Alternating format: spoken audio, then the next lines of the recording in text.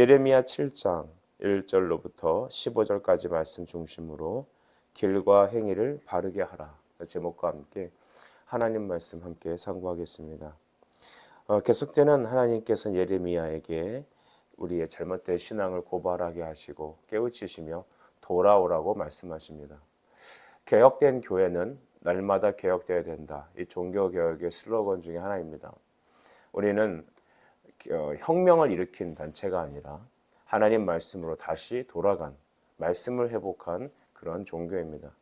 그래서 개신교는 잘못된 신앙에서 돌이켜 다시 성경으로, 다시 사도적, 다시 복음적, 성경적 신앙으로 돌아간 것입니다. 이스라엘 사람들에게 하나님께서는 성전을 주시고 그곳에서 예배하게 하셨습니다. 이집트에서 430년 노예 생활을 하다가 그들을 출애굽하게 하시고 광야를 거쳐 이스라엘 현재 있는 가나안 땅으로 이렇게 이주하게 하신 것은 그들이 하나님께 예배하기 위하여 주의 말씀에 따라 순종하는 주의 친백성으로 삼으시기 위해서 이런 구원을 행하신 것이죠. 그런데 이스라엘 백성들은 그 말씀 신학에서 떠나서 우상을 섬기고 또 종교적인 행위는 있지만 하나님을 의지하는 바른 신앙은 없었습니다. 주님은 바로 그 점을 계속해서 꼬집고 질타하셨습니다. 그리고 이제는 말뿐이 아니라 직접 행위를 행하기, 심판을 행하기 바로 전에 예레미야에게 마지막 경고를 하는 것입니다. 오늘 이 마지막 경고는 우리에게도 매우 유익합니다. 우리의 신앙을 점검하고 종교적인, 행위적인 그런 모습만 우리에게 남아있지 않는지 점검하여 다시 우리 안에 참 성전, 주님이 우리 안에 임마누엘 하시는 영적인 회복이 이 아침 일어나길 간절히 바랍니다. 주님은 2절에 예레미야에게 다음과 같이 명령하셨습니다. 너는 여호와의 집 문에 서서 이 말을 선포하여 이르기를 여호와께 예배하러 이 문으로 들어가는 유다 사람들아 여호와의 말씀을 들으라 라고 하셨습니다. 이 집이라는 것은 상시 성전을 말합니다. 성전 안에 사람들이 예배하러 들어가겠죠. 그래서 그들은 그 문을 들어가고 성전세를 내고 종교 행위를 하였습니다. 예배를 드렸습니다. 근데 예레미야에게 그 문 앞에 서서 유다 사람들에게 말하라라고 했던 것입니다. 여러분 그 이스라엘은 약 1년에 3차례 그 성전에 가서 예루살렘에 가서 예배하도록 되어 있었습니다. 특별히 6월절 같은 때는 세계 각처에 흩어져 있는 이 디아스포라 유대인들도 함께 모여서 그곳에 예배하러 들어갔습니다. 오늘날도 우리 이슬람 같은 종파들을 보면 평생의 성지 순례를 꼭 한 번씩 이상 하도록 되어 있죠.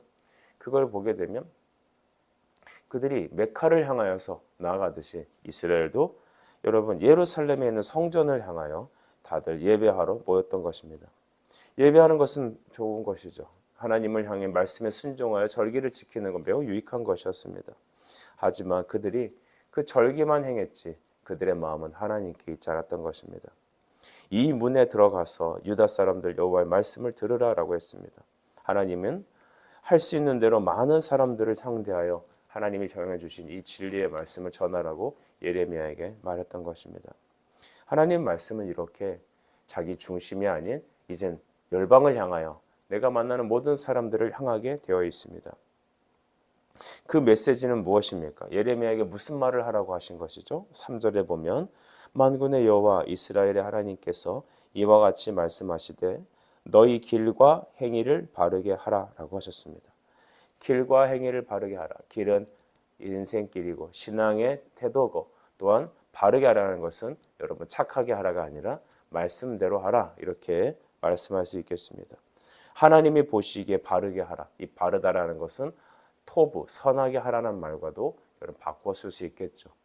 하나님 말씀에 따라 하는 것, 하나님 말씀의 정신에 따라 순종하는 것입니다. 즉 오늘날에 일주일에 한 차례 주일날 예배드리는 행위가 성도에게 있어서 전부라고 생각하지 말고 너의 삶의 모든 것을 하나님 말씀 중심으로 맞추어라라는 것입니다. 성도는 여러분 그 행위가 완전할 수 없습니다. 완전주의는 우리 인생에 있을 수 없습니다. 우리가 아직 육신에 매여 있는 인생들이기에 우리 행위 완전하지 않습니다. 하지만 여러분 하나님께서는 우리에게 성령 안에서 우리에게 거하고 계시고 우리 마음에 성전으로 거하고 계십니다. 그래서 우리는 날마다 우리 자신을 말씀에 비춰보고 회개하며 참되게 주님을 향하여 주님의 기뻐하는 삶을 살기 위하여 몸부림칠 필요가 있는 것입니다. 하나님은 우리가 길과 행위를 바르게 하라고 말씀하시며 그리하면 내가 너희로 이곳에서 살게 하겠다라고 하십니다. 이 최후 통첩이죠. 하나님께서 내가 너희에게 바벨론의 형벌을 가할 것이지만 너희가 너희의 길과 행위를 바르게 한다면 나는 이곳에서 너희를 살게 하겠다. 하나님께 말씀하신 겁니다. 우리 사사기 말씀을 보면 사사기 때 특징이 무엇입니까? 사람이 그때 왕이 없으므로 사람이 각자 소견에 옳은 대로 하더라라는 것이 사사기의 주제입니다. 그래서 그들은 가나안의 땅에 정착하여서 살았는데 하나님께 예배 행위는 있었지만 그들은 이방에 있는 우상 바알들을 따라갔습니다. 그래서 이민족을 들어서 침입하게 하시고 매를 때리시면 그들이 부르짖고 선지자를 또 사사를 세워서 그들에게 구원하시고 회개의 길을 주셨습니다. 이것들이 계속해서 반복됐던 것이죠. 근데 그때뿐만 아니라 지금 예레미야 시대, 유다의 마지막 시대를 걸어가면서도 그들은 여전히 문으로 들어가서 예배 절기는 지키는데 주일날 우리로 말하면 주일 예배는 참석하는데 그들의 삶의 길과 행위는 바르지 않았다는 것을 말하고 계시는 겁니다. 그런데 그들의 신앙이 참 독특합니다. 4절 보십시오. 반복되는 구절이 단어가 3개가 있는데 여호와의 성전이라, 여호와의 성전이라, 여호와의 성전이라 하는 거짓말을 믿지 말아라 라는 것입니다. 이 여호와의 성전이다 라는 것을 3번이나 반복한 것 보니까 그들 삶의 신앙의 중심은 하나님 성전 중심인 것입니다. 여러분 그것은 오해하지 마십시오. 그들이 성전 안에만 있으면 된다라는 걸 생각하는 성전주의일 것입니다. 성전을 기대는 신앙입니다. 성경을 여러분 의지한다고 해서 성경을 붙잡고만 살면 여러분 성경의 사람이 되겠습니까? 내가 크리스천이라는 이름을 갖고 있으면서 주일날 예배 한번 드리면 나는 모든 것이 다 구원이 임하고 나는 하나님의 뜻을 다 이루었 거라고 생각하십니까? 그건 잘못된 것이죠. 예배 드리는 행위는 귀한 것입니다. 성경을 여러분 펴는 것은 중요한 일입니다. 하지만 성경의 말씀을 읽고 성령으로 순종하는 삶이 있어야 되고 또한 주일날 예배를 드리는 행위가 아닌 자기 삶을 깨트리는 그리스도와 연합하는 신앙의 관계가 있어야 합니다. 그들은 성전이다. 성전만 있으면 우리는 무슨 일을 해도 걱정이 없고 외부의 침입이 있어도 우리는 안전하다라고 하는 생각을 갖게 된 것입니다. 그러니까 성전만 있으면 된다. 하나님은 중요하지 않고 그냥 이 성전만 있으면 된다. 우리가 성전 안에 있으면 안전하다. 이런 생각을 한 것입니다. 어쩌면 그들은 하나님이 예배하러 주신 하나님과 성도들의 만나는 그 매개 중심인 성전을 마치 이방의 바알신과 같은 우상적인 요소로 사용했다는 것을 우리는 알 수 있습니다. 어쩌면 우리 한국 교회의 신앙이 이렇게 변질되지 않았습니까? 어쩌면 우리가 예수님이라는 이름을 말하기만 하면 된다라고 생각하는 잘못된 생각을 갖고 있지 않습니까? 자기 자신의 성공을 위해서, 자기 자신의 행복을 위해서, 쾌락을 위해서 하나님을 이용했지. 하나님을 사랑하고 그의 말씀을 청종하고 또한 그 말씀에 자기 자신을 빗대어 회개하고 나의 길과 행위를 바르게 하려는, 선하게 하려는, 하나님의 뜻에 합당하게 살려고 하는 인생의 몸부림은 우리 안에 찾을 수 없었다는 것입니다. 그때나 지금이나 하나님은 동일하다고 말씀하고 계시는 것이죠. 하나님은 너희가 이 말에 순종하면, 너희가 너희의 길과 행위를 바르게 하면, 즉 말씀에 따라 회개하고 내게 돌아온다면 내가 너희에게 행하려는 이 바벨론의 심판은 너에게 행하지 않겠다. 이것만큼은 거두고 너희를 이 땅에서 살게 하도록 하겠다라고 하나님은 말씀하신 것입니다. 여러분 그들의 신앙을 또 하나님은 꼬집고 계시는데 10절을 보십시오. 내 이름으로 일컬음 받은 이 집에 들어와서 내 앞에 서서 말하기를 우리가 구원을 얻었나이다 하느냐. 너희가 이 성전에 들어왔다고 해서 구원받았습니다라고 말하겠느냐라는 것입니다. 여러분 우리 가족들은 크리스천 가족입니다. 대부분 한국의 교회를 다니는 사람들은 본인 혼자 신앙생활 하는 것보다 가족이 이렇게 신앙생활 하게 됩니다. 우리는 주일날 교회를 참석하기도 합니다. 그런데 주님의 교회 안에 들어와 있으면, 예배 안에 들어와 있으면 우리는 구원을 받았다라고 하는 착각을 해서는 안 됩니다. 우리의 직분이 여러분 있다고 하여서 우리가 하나님의 나라는 따놓은 당산이라고 생각해도 안 됩니다.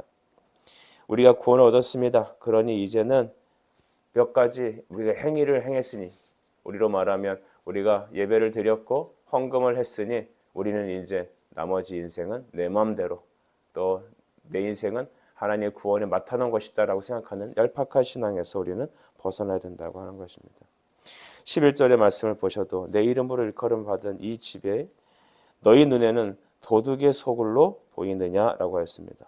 여러분, 이 도둑의 소굴, 도둑의 소굴이라고 하는 이 말을 들어보니 예수님께서 행하신 성전에서 일이 생각이 납니다.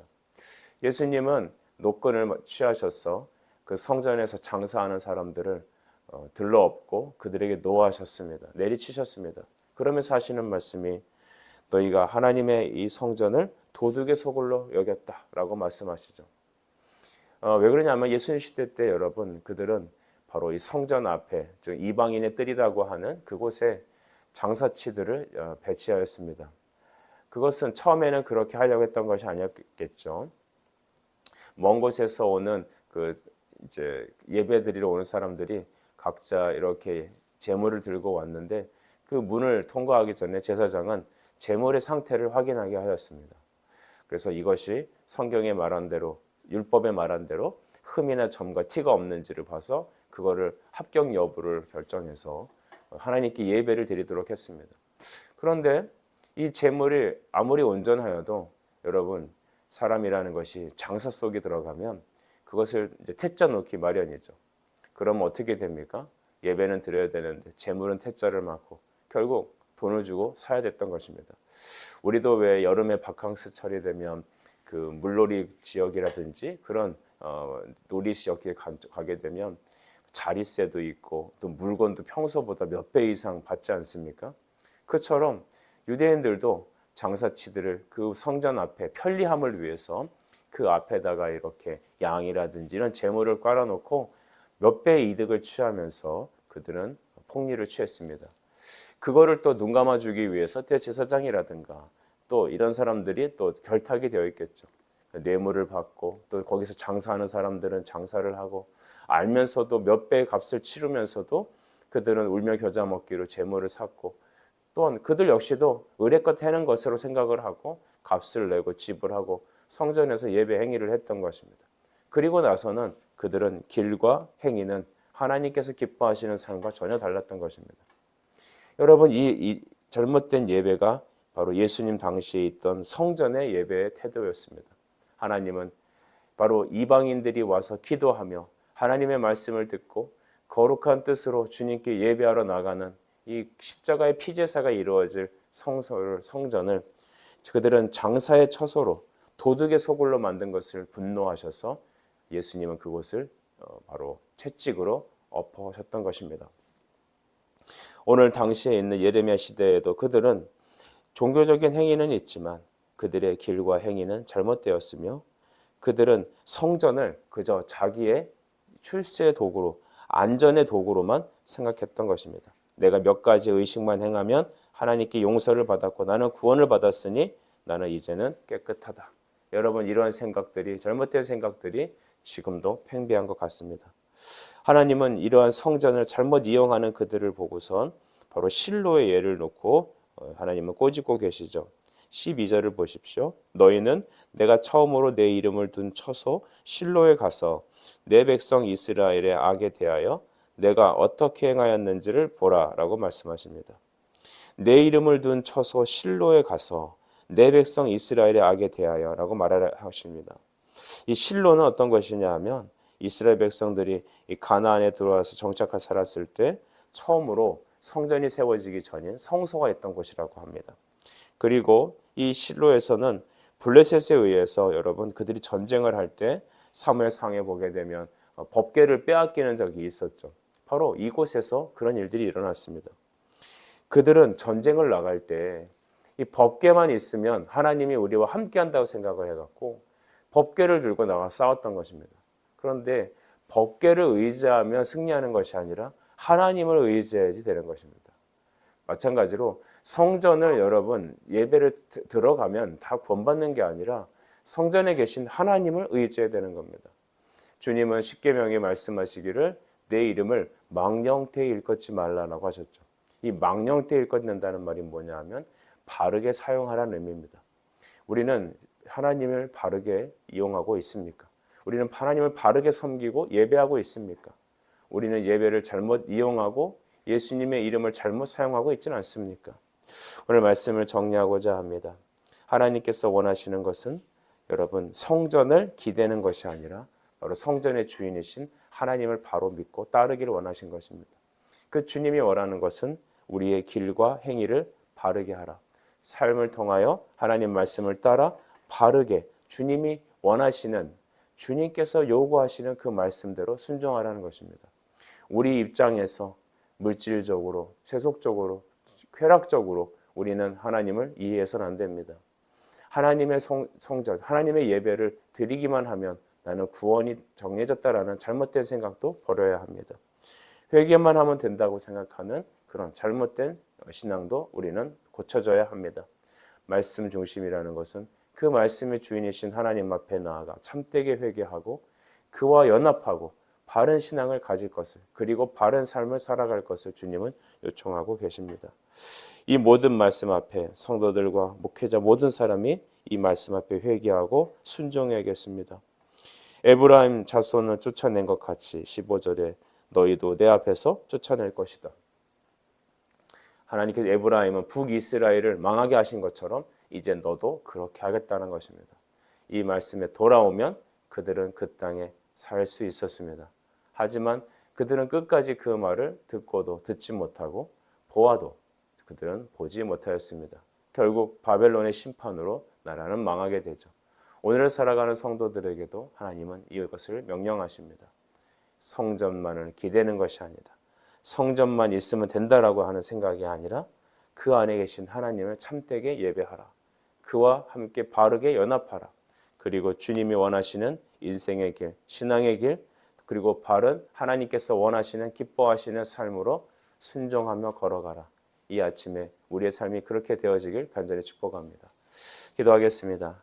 하나님 아버지, 주께서 길과 행위를 바르게 하라고 말씀하셨습니다. 우리는 성전만 있으면 된다. 하나님의 이름만 우리가 알고 있으면 된다. 하나님 우리를 축복할 것이다. 잘못된 신앙에서 돌이켜 성전의 주인이신 예수 그리스도를 의지하고 그가 우리에게 원하시는 믿음의 길과 행위를 위하여 여러분 참되게 순종할 수 있는 은혜를 우리 모든 성도들에게 허락하여 주옵소서. 예수님의 이름으로 기도드립니다. 아멘.